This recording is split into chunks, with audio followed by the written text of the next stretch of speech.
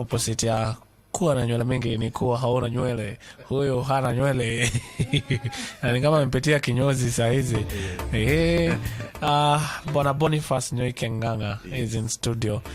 And first of all, last week we had a very good time. I went home and I was just like, yo. And so we are here. Habari yako mkubwa wangu? Niko salama kabisa. It's wonderful to be back again. How are you doing? I can see your hair has grown longer.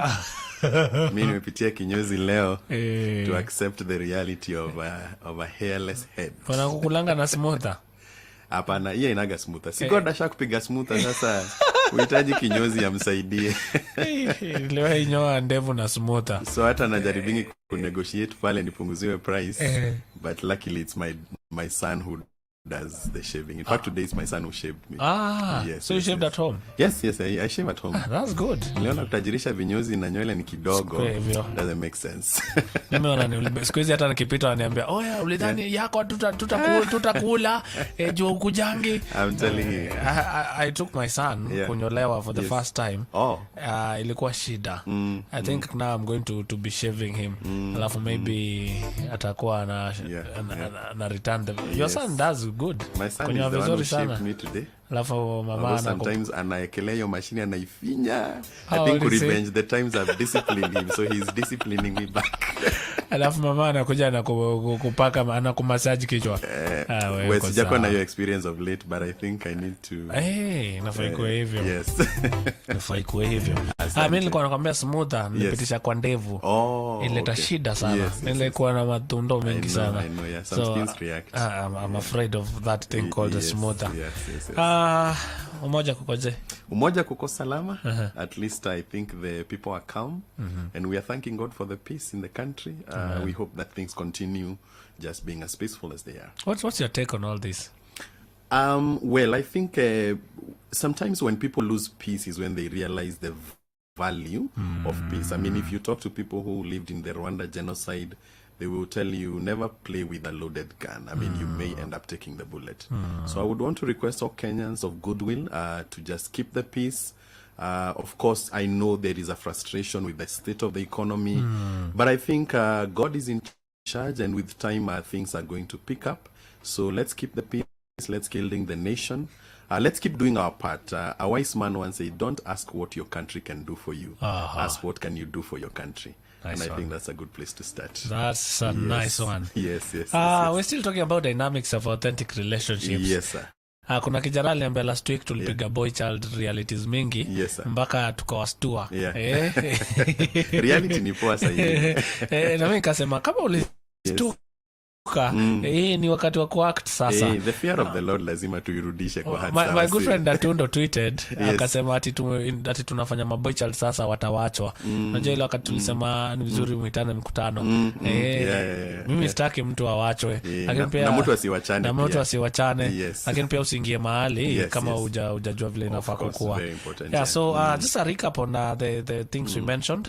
I think we talked about integrity. Absolutely. As one of the dynamics of authentic relationship. Yes. There was integrity. We talked about humility also. Just that refusing to be a proud person. Because a proud person is a person who is very difficult to relate with.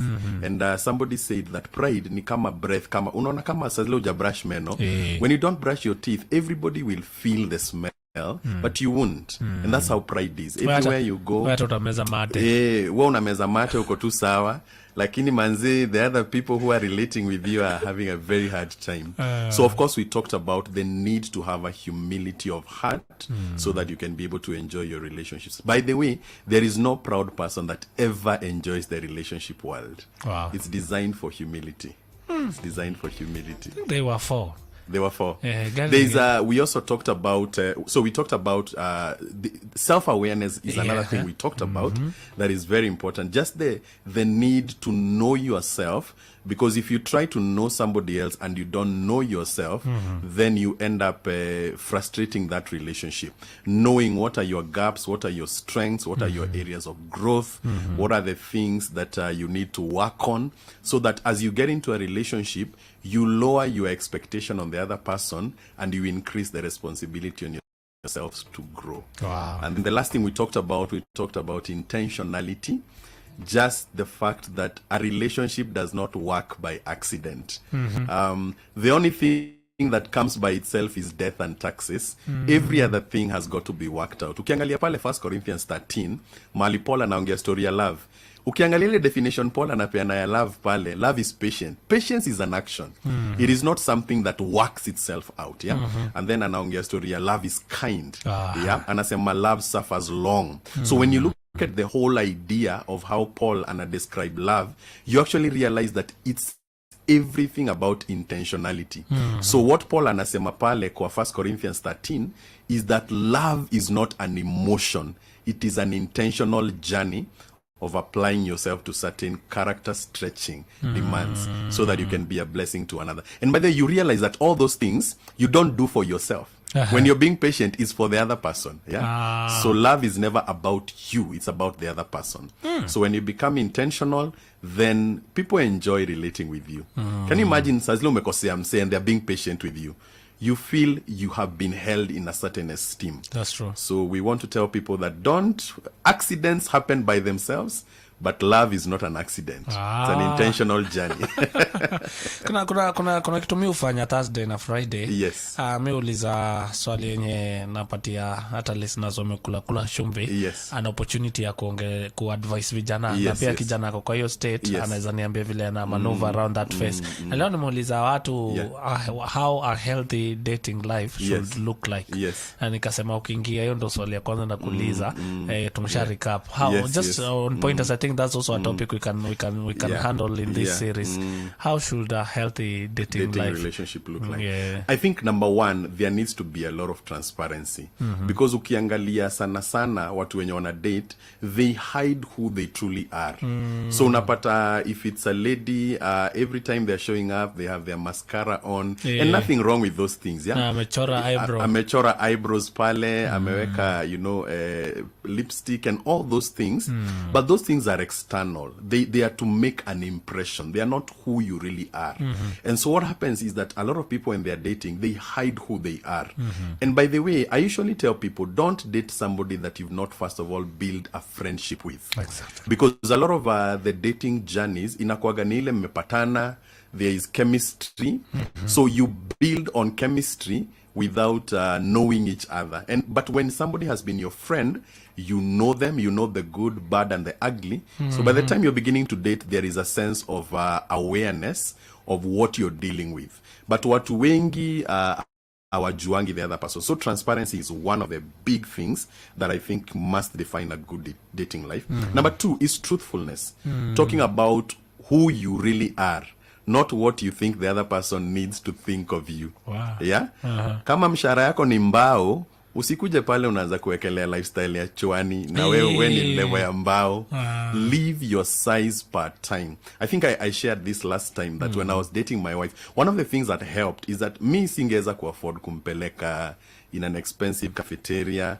And so we would go and take uji. Kuna hoteli fulani pale tao, ilikuwa unaekewa uji kwa ile inaitwa nini, guad Kwa keihori. Keihori. That's the Greek word for guad. So ulikuwa unaekewa pale, inaletwa ikiwa moto, kwanza unaacha ikuwe baridi kidogo. Na uji poangi. Na ipoangi haraka. So unajua ukiweka pale haraka utareact, yeah? So what happened is that allowed her to realize the truth about where I was. So today when I take her to Java, I'm not trying to impress her. Because the more you try to impress somebody you're dating, the more you create a relationship that is based on a lie. And a relationship that is based on a lie will always lie low. Haitaienda juu. Kwa sababu imebuildiwa na foundation mbaya. So being truthful, I think, is very important. I think number three that I would share, and maybe there's so much we can share, but number three, I would share about thoughtfulness. Okay? Kufikiria juu ya the other person more than you think about yourself. Many times when people are dating, they think from a very selfish lens. That's why a boy, for example, would tell a girl, if you love me, we need to get to bed and we need to do this, because he's thinking about him. But if you were thinking about the other person, he would actually say, if I get this girl to bed, I'll mess her up spiritually, I'll mess her up even physically, possibly. Yeah, I may mess her up in very many ways. So the ability to be thoughtful, to do what is best for the other person and not think about yourself. Na ukiangalia pale Philippians chapter 2 inaongea juu hiyo story about Jesus. Inasema Jesus aliacha glory akatake the form of a servant. Why? He was thinking about our redemption. So anytime you find that a relationship does not have those three things, transparency, truth and thoughtfulness, your relationship manze iko na safari ndefu. Ndio sasa tunaangalia the health. Yes, tunataka kuchunguza health dating life. Sasa jiteni mkutano. Yes. Hizo point 3 acha tuachie hapo. Tutaongeza zingine siku nyingine. Deal na hizo 3 kwanza. And that thoughtfulness is a big one because even in marriage it really By the way, if you're not thoughtful in dating, you will struggle a lot in marriage. Because when you get married, sasa una realizing you, by the way pale chemistry inaenda kai imepungua. So if you're not thoughtful, unajua saa zile watu wana date kwenda out inakuwaga natural. But when you get married, it's not natural. Kila siku ni out. Sometimes kwanza mko in lakini sasa kwenda out inakuwa noma.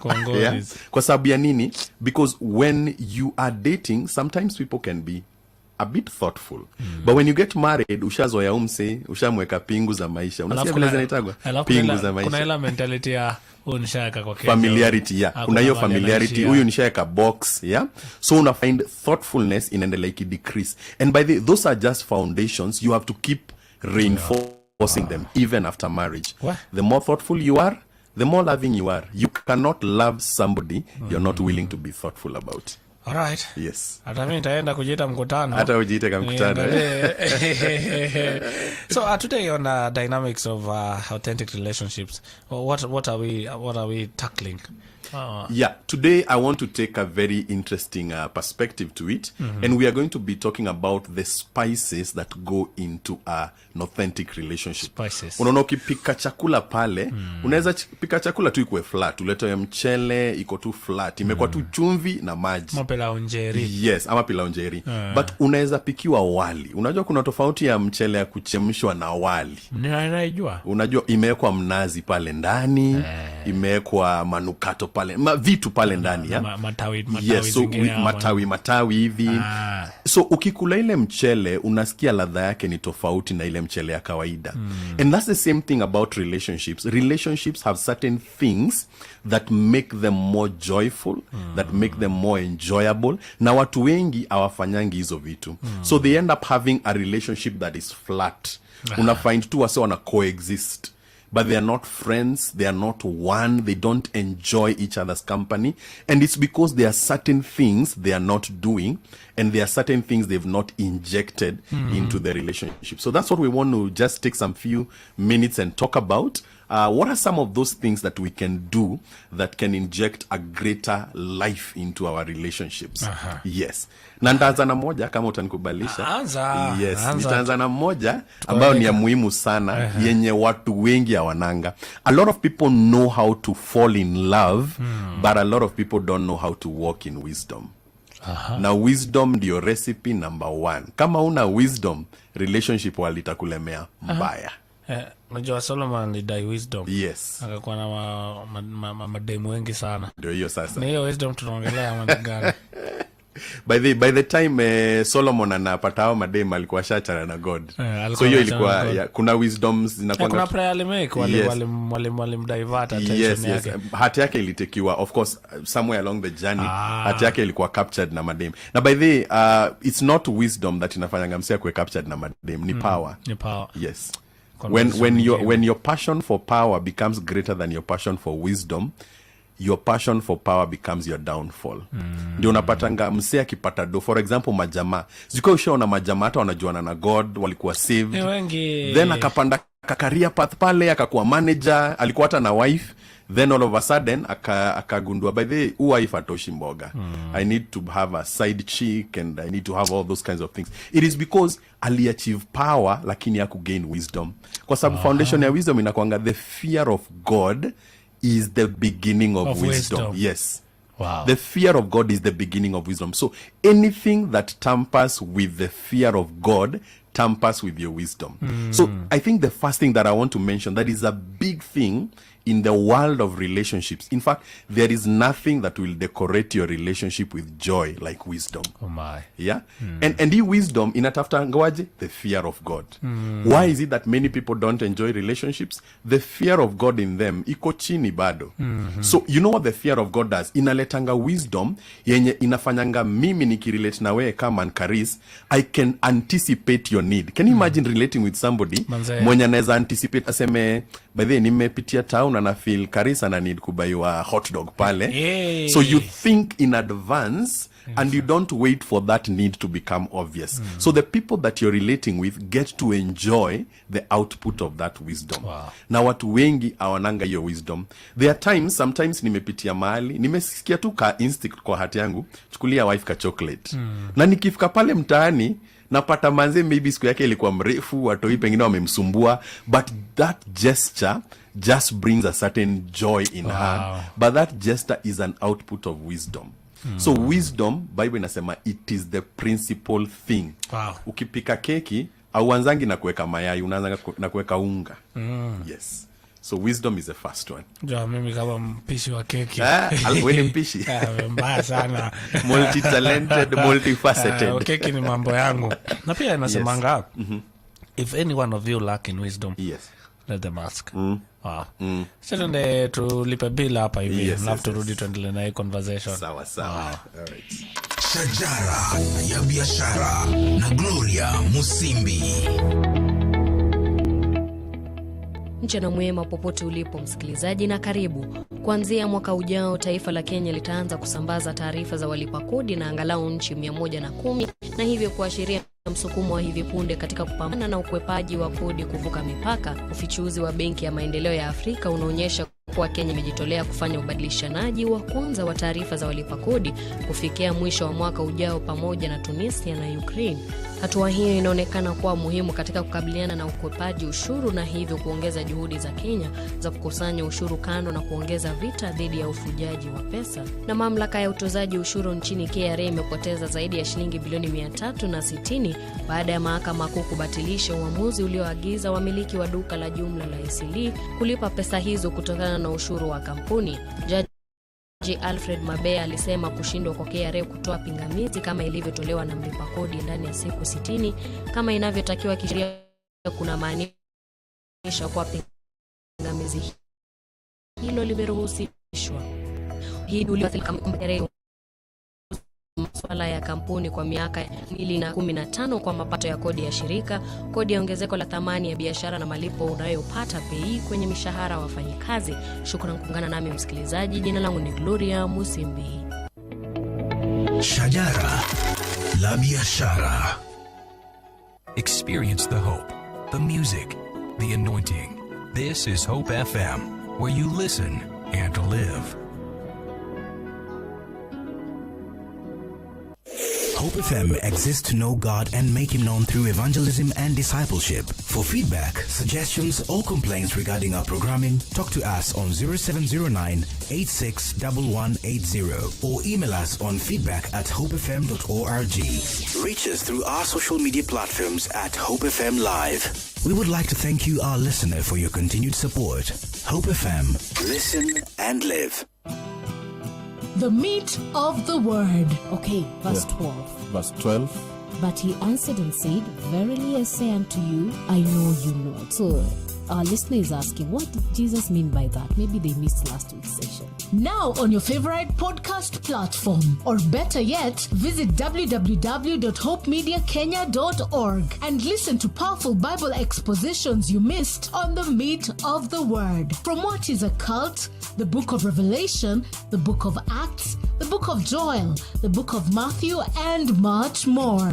And verse 3 says, Blessed is he who reads and those who hear the word of the prophecy and heed the things which are written in it, for the time is near. The meat of the word. Alternate Mondays from 11 a.m. Listen and live. This is an invitation into the oasis of heavenly experience. Lord, with those plans that we have for the future, those aspirations, into your able hands we do commit as individuals, as families, as a nation, Lord. Breath of heaven. thought-provoking discussions and insights in your evening. There's the difference of 10 years. I don't think age is the first thing to think about. Why not? Because age is a drop in the bucket. There are bigger things to look for, Right. when you are looking for a marriage partner. Breath of Heaven with Jack Tolomusi, Monday to Thursday from 7 p.m. Listen and live. Hope FM, another quality service from Christ, is the answer ministry.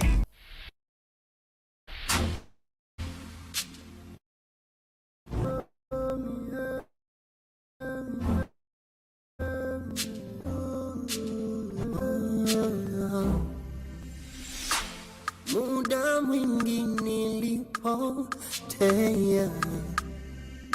sikufahamu msalaba wala aliyenifidia kwa Kalvari.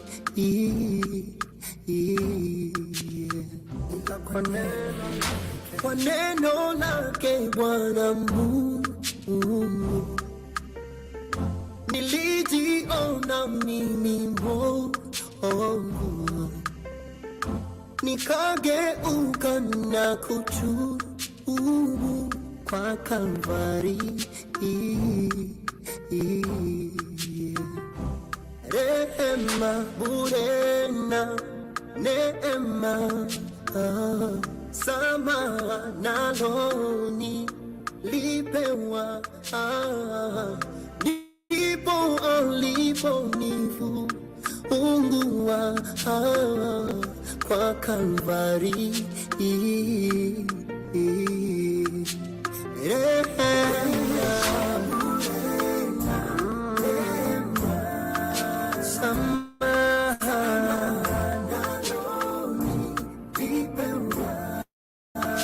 Ndipo aliponifunguwa Yesu kwa Kalvari. Kalvari amenifuta uchungu Bwana, zama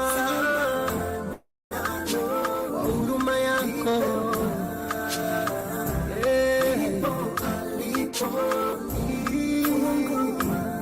Na sasa ndipo Kalvari amefuta dhambi zote.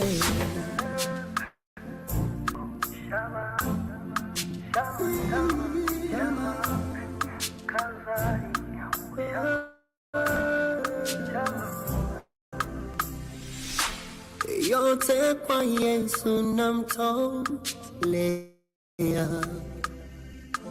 ndiye mfalme wa pekee sasa, na kwa furaha nitamwimbia kwa Kalvari, kwa Kalvari.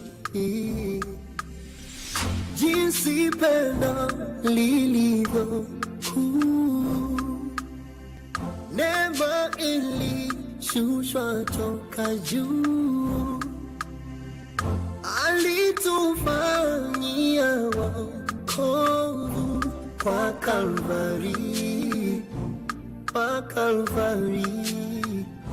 Rehema bure na neema, sama naloni lipewa Baba, ndipo aliponifungua kwa Kalvari, kwa Kalvari.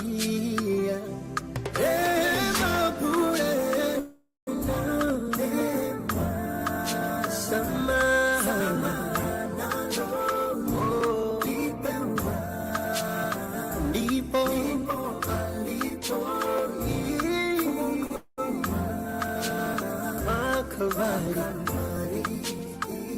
Kalvari, Baba rehema, neema, sama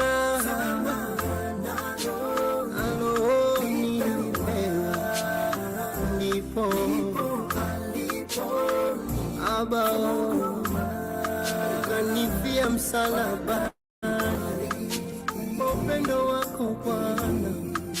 Haya, neema bure na neema sama nalo lipewa ndipo alipo nifungua kwa Kalvari. Walter Chilambo there. Kwa Kalvari is the title of the song, getting us to 20 minutes to the top of the hour. And we are still here with Boniface Nyoike Nganga, of course, talking about dynamics of authentic relationships here. And today we are talking about spices. Spices. And a lot of you guys following online. We are online, by the way. We are live on Facebook, also on YouTube and Twitter pale. Frederick Ivasha na kuona Santi, Stacy Buddy pia tuned in. Mokisa Jeremiah anasema great conversation here. Say hello to my brother Boniface Nyoike Nganga. Amesalimika. And Magdalene Isaacs also anasema hizo mixology ni fiti sana. Hizo ma spices hivi. Umesema wisdom. Wisdom ndio ya kwanza. Ndio ya kwanza. Na ukihata wisdom, hizi zingine zote hazitaikuwa rada. Kwa normal. Ni kama food ikose the main ingredient. Unajua food huwezi pika na kitunguu. Na kitunguu ni food bado, lakini kitunguu haiwezi kuwa the whole meal.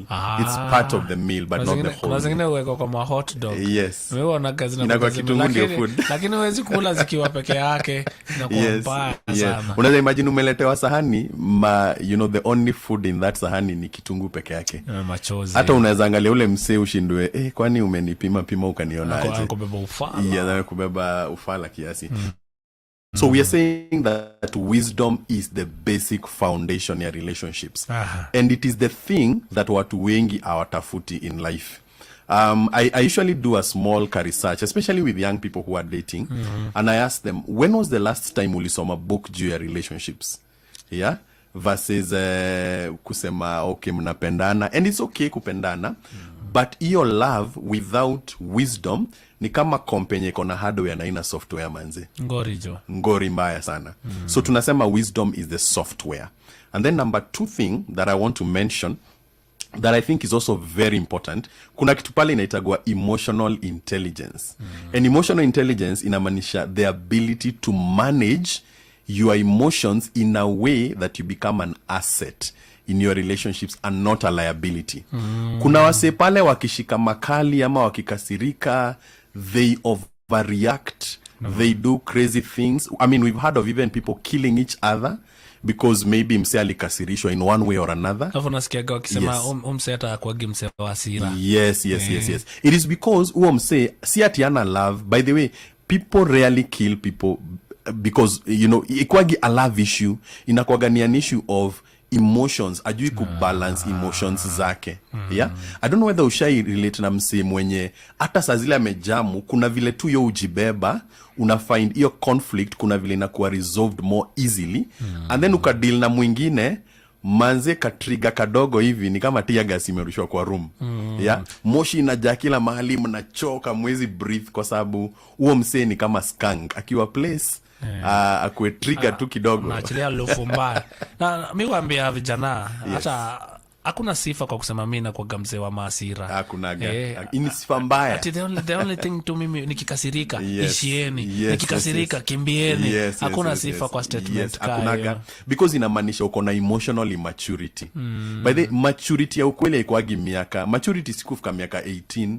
Maturity ni that the older I grow, the less my relations, my emotions are in charge of how I relate with people. So that na ukisoma pale kwa James anasema be slow to speak, quick to listen and slow to anger. Ona vitu mbili anasema, first of all, slow to speak. Maneno, unapima maneno zako vipoa sana. So that hata ukijam, and this is a growth journey. Even for me, bado niko kwa hiyo journey. Hakuna mse anakuwaga amefika pale ati amepata PhD in learning to be slow to speak. Inakuwaga ni safari ya kulearn kutem ulimi yako. Especially saa zile umejamu, saa zile umekwazika. And then anasema slow to anger. By the way, do you know the 2 things zenye zu destroy relationships sana ni ulimi na hasira. Ndio. Na hizo vitu usipolearn kuzimanage in an intelligent way, in a wise way, then inakuwaga we ni msee difficult sana kudeal nae.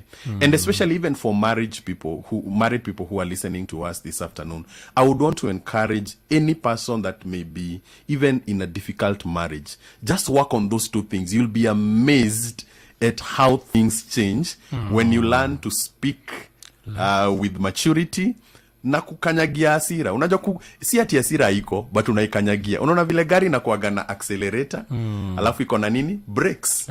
So that au control tu gari na accelerator.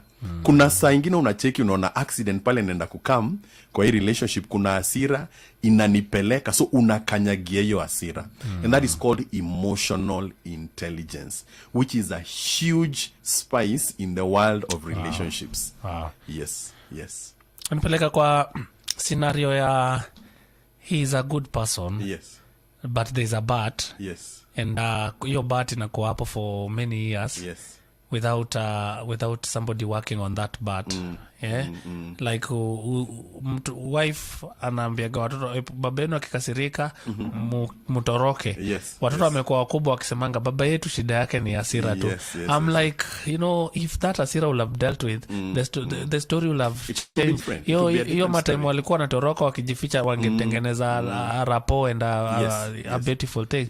Maybe at this juncture kukwambia deal with your emotions, deal with whatever it is. CCV power. And by the way, one of the things that will happen, the more to grow spiritually, the more our spirituality should help us to manage our emotions. So ukipata unasema ati wewe una grow spiritually lakini bado emotions zako zinakuran, then inamaanisha wewe unaraniwa na emotions are your lord. Jesus is not your lord. So emotional intelligence pale ni kitu very important. Pendayo point. Na kuna emotions mob sana zenye zo sabotage relationships. Do you know even our sexuality to some extent is an emotion? Why people commit infidelity? Si kwa sababu wenye wa commit infidelity awanaga emotions ama attractions to the other gender.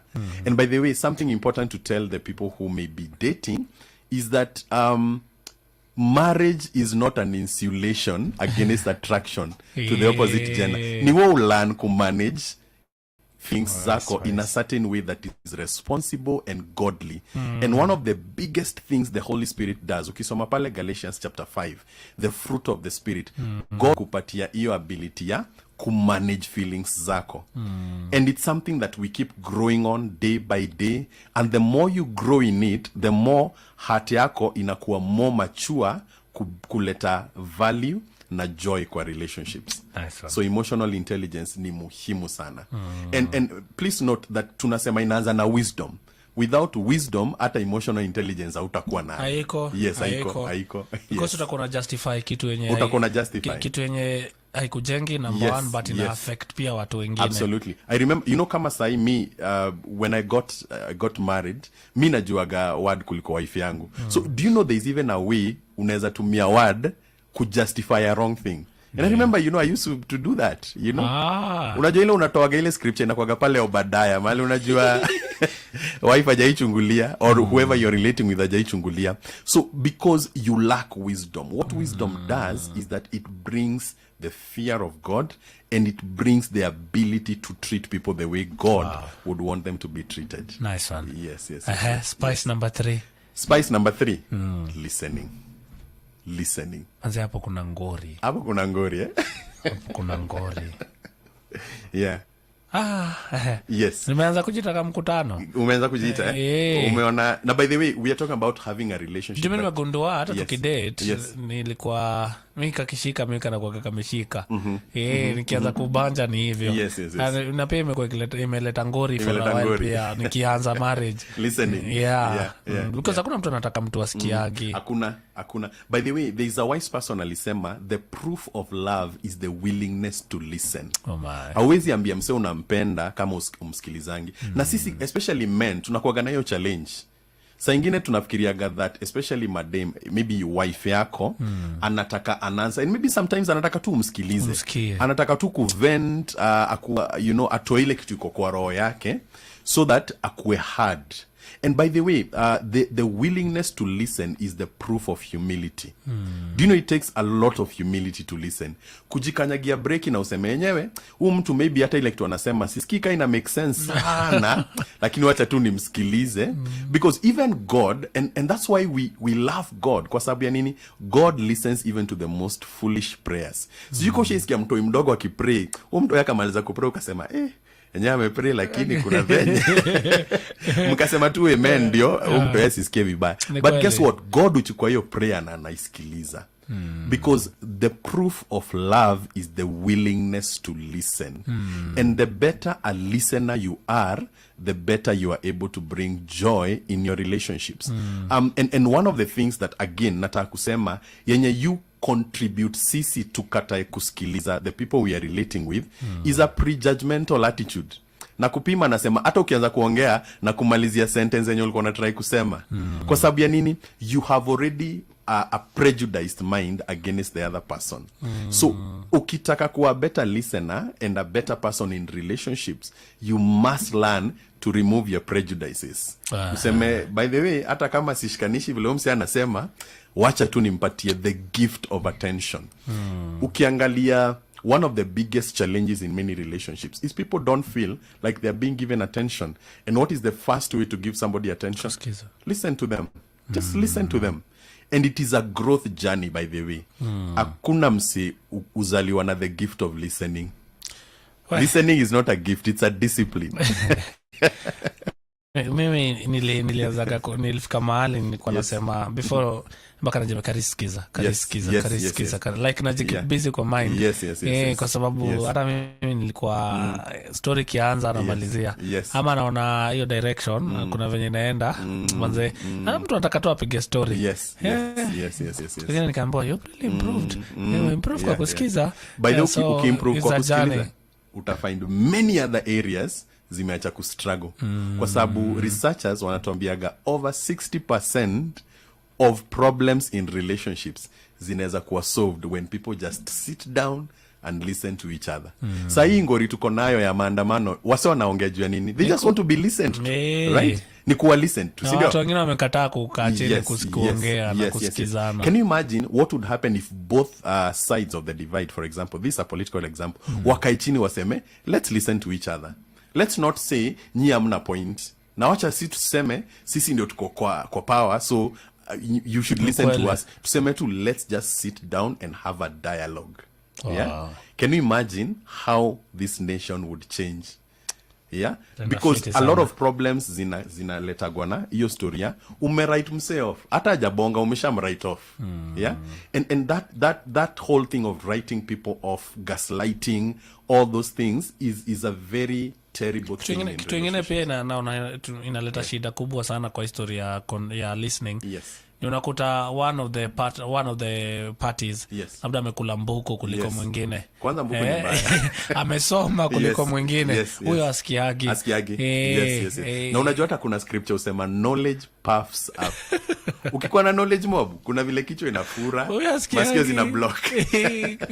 Na ukiongea sana kulipata nini wewe kisi? Kwanza nakuuliza, mimi niko na degree 5. Anakuzima na hiyo knowledge. Knowledge yako si reason ya kuna wengine kama wana point. And you see that's why tunaanza na wisdom, kwa sababu wisdom sio kama knowledge. Knowledge makes you puffed up, but wisdom makes you humble. Humility. Wisdom inafanyanga unakaa hivi unasema hata mtu mdogo mwenye hajaenda chuo kuna kitu anaweza kuambia na ikue ndio ulikuwa una need for the solution that una need kwa life yako. Ukiangalia pale story ya Naaman, ule mse alikuwa na ngori ya leprosy. Yeah, in the book of Kings. Huyo jamaa alienda kwa madaktari wote, lakini manzi hakuwa na get solution. Unajua solution ili come through nani? House girl manzi. Ndio. House girl. So you can imagine kama angekuwa na kichwa kubwa aseme, ai, mdema hata anajua nini juu ya anaongeaje mbele yangu? Anaongelesha nani kwanza? Unajua? So that willingness to listen is one of the biggest spices in a relationship. Now notice, atuongelee historia wasi kwenda Dubai sijui nini. These are internal spices. Yeah? Kwa sababu kuna vitu unaweza do, ni vitu reachable. Uhitaji date sijui ya wapi na wapi na wapi. I feel like hata Kenya unaniambia hapa hivi Boni. manzeni ujiite uangalie unakosa nini kwa hizi spices tunaongelea. Because kama listening mimi naweza kwambia mawaifu wengi sana kwa makeja wanaletea na shida na mahazi juu ya listening. Na hata madem kwa relationship zenye zinafaa kwenda kwa marriage na mingi zimeisha juu mse anisikizangi nachalia kwa hapo kusikizangi aje. I think now wanajua what it means wakati unisikizangi. So it's a call to pia jifanyie tu ka heart surgery tu hapo. Uangalie mimi niko na issue na hii enga, wacha ni deal na hii enga nisitole mtu mwingine. Mimi niko na issue na kusikiza, wacha nianze kusikia. Kuna mmoja hata anasema yeye alikuwa na enga na ameandika hapa hivi, anasema hiyo verse ya James alikuwa na recite every day until it work on his anger. Sasa anasema right now hata mtu akinikanyaga mimi sitakulipukia. Na hiyo inamaanisha mse amegrow in emotional intelligence. Na hiyo ndio kitu tunasema ukisha grow your design manze unakuwa wewe ni mse wa power. And you may not even and here's the thing, you become the biggest beneficiary of that journey. Because even wewe vile una relate with yourself ina grow because umemature emotionally. Yes. Think tuko na dakika kama 3 hivi. Unaweza tupatia point nyingine moja. Ni wachapia nyingine moja. So tumeongea story ya wisdom, tumeongea story ya emotional intelligence, tumeongea story ya listening. The last one yenye nataka tubonge juu yake ni story moja naitaga lifting. Just looking for how you can make things better for the person you're relating with. Not putting them down but lifting them up. Kwanza hii atahitaji ati marriage ama ni everywhere. Hii ni everywhere. In fact kuna mse alisema there are enough people in the world that are putting others down. Don't add to their statistics, manze. Usiongeze kwa statistics. Kweli. Ama ni aje? So just the ability to lift people up. Ebu angalia Jesus. Na hizi principles zote by the way nimezidraw kutoka kwa life ya Jesus. Saa zile ule mlady alikuwa caught in adultery, akaletwa kwa Jesus. Manzi wasawa asema mlady kulingana na law ya Moses anafaa maliziwe hapa. Jesus akainama chini akaanza kuandika. And here is the thing, ukiangalia scripture there is something you realize. For you to lift others, you have got to be willing to bend to where they are. Hawezi kaa huko juu na expect uinue wase, you have to bend. In other words, there has got to be adaptation. So Bible inasema akainama akaanza kuandika and then akainuka akapata wale wase wamehepa manzi. Maandamano ilianza kwa Bible. Wase walitoka mbio. Vile wase walitoka mbio, Jesus aliuliza huyo mlady nini? Where are your accusers? In other words, hao wase walikuwa na try kukuleta down, but role yangu kwa life yako sio kukuleta down. I am here to lift you up. And then Jesus akamwambia words ili change life ya huyo mlady. Akamwambia unajua ni aje? Neither do I condemn you. Go and sin no more. Nice one. So Jesus alikuwa anasema nini? In relationships you become an asset and you enjoy relationships when you become a lifter. Usingoje mtu afanye the right thing first. Do it first. Do the right thing first. And do it because you're mature enough to understand that when I do the right thing, I show that I'm mature. I am not doing the right thing ndio mse mwingine anifanye the right thing. Hapana. I'm not loving my wife so that wife yangu anipende back. Hapana. I am loving my wife because that is what good men should do. So learning to be a lifter is a very powerful tool of enriching your relationships. Na getile verse ya tiwago sana kwa primat two heads it's two are better. Nasemaga uko na baridi kutoka hapo tunaangaliaga sana but I think now the how two are better than one ni juu ukilift mnaenda wote juu mnajengana wote. Na unacheki ukipeleka mse chini wewe pia unaenda chini inakuwa in balance kama weida amekula gym ya huko hivyo moshadha ile moja iko juu kuliko ingine. Poni asante. Tutaendelea hii conversation like hata sijui tusemage tu Thursday ni thank you so much by the way. Nashukuru sana. And the conversation is live on Facebook, on YouTube and also on Twitter. You can follow